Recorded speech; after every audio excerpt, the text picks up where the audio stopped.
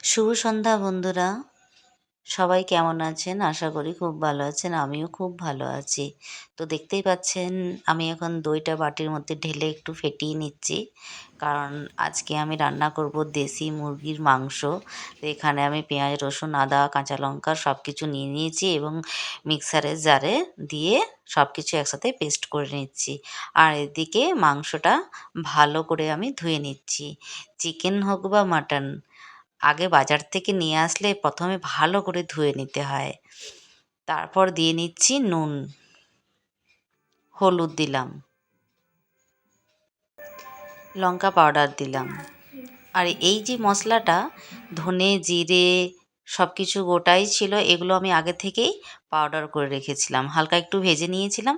তারপর দিলাম টমেটো আর ধনে পাতা আর দিলাম দই। এবার দিচ্ছি সর্ষের তেল। একটা চামচ দিয়ে ভালো করে নেড়েচেড়ে আগে মাখিয়ে নিচ্ছি।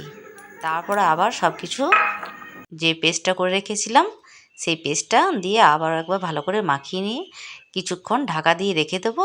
এদিকে ততক্ষণ আমি উনুনটা ধরিয়ে নিলাম। রান্নাটা কিন্তু কাঠের জালেই হবে এবং মাটির খোলাতে। এই ভিডিওটা আপনাদের সাথে আমি আগেও একবার শেয়ার করেছি। রান্নার মধ্যে কিন্তু আবার আমি আর কোনো তেল, মশলা, নুন কোনো কিছুই দিচ্ছি না। মাংসটা দিয়ে একবার ঢাকা দিয়ে নিলাম। তারপর কিছুক্ষণ পর একবার নেড়েচেড়ে জলটা বেরোলেই ভালো করে কষিয়ে নিতে হবে।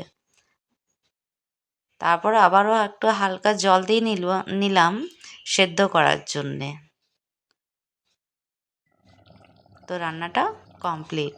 তো বন্ধুরা, এই রান্নাটি আমার কেমন লাগলো কমেন্ট বক্সে জানাবেন অবশ্যই।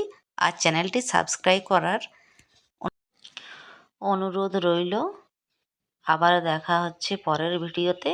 ততক্ষণ আপনারা সবাই সুস্থ থাকুন, ভালো থাকুন। শুভরাত্রি।